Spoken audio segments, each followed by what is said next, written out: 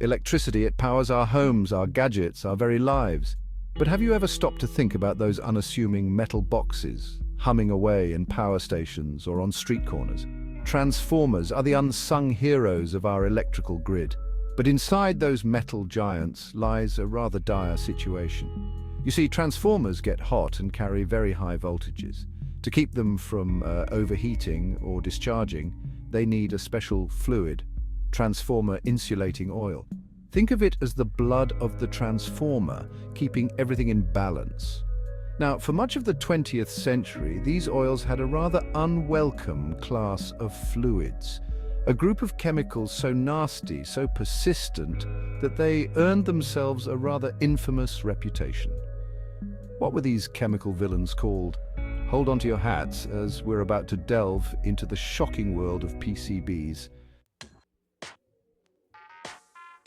PCBs, or polychlorinated biphenyls to their friends, though they didn't have many, were hailed as a miracle of modern chemistry upon their invention in the 1920s.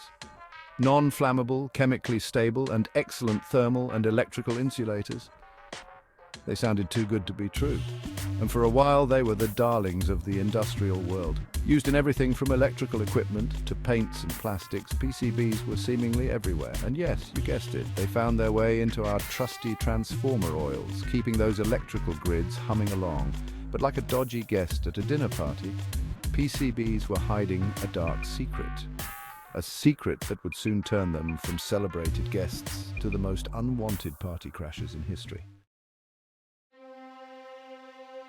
Now, in the interest of fairness, let's give credit where credit is due.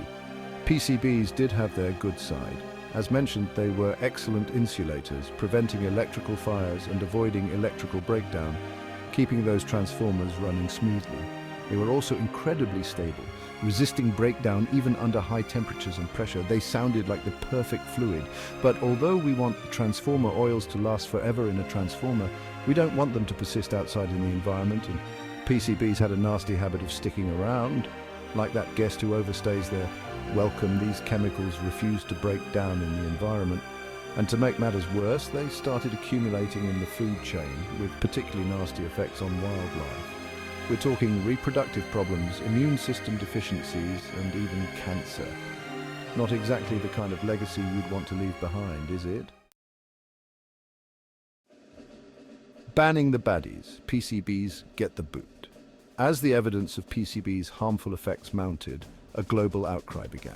Scientists, environmentalists, and even governments realized that these chemicals posed a serious threat to human and environmental health.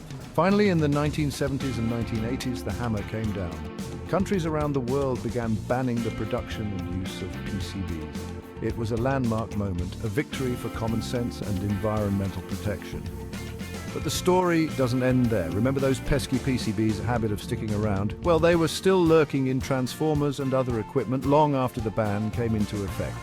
Which brings us to the crucial issue of testing. Testing, 1, 2, 3, don't be a contaminator. You see, even today, PCBs can still be found in some older transformers. This poses a significant risk, as leaking or improperly disposed of equipment can release these toxic chemicals into the environment. That's why testing transformer oils for PCBs is absolutely crucial, and it's not just about waste disposal. Even in-use oils need regular testing. Why? Because even small leaks or spills can contaminate the surrounding environment and pose a risk to human health. And here's a thought to ponder. Recycled oils, which many oils are indeed recycled in the transformer industry. Sounds like a great idea, right? Well, it can be, but only if it's done properly. Recycled oils can sometimes contain traces of PCBs, which can then contaminate fresh oil and perpetuate the cycle of contamination. Hence, why not reach out to a lab today and test your transformer oil for PCBs? Thank you for watching. You can find out more at learnoilanalysis.com.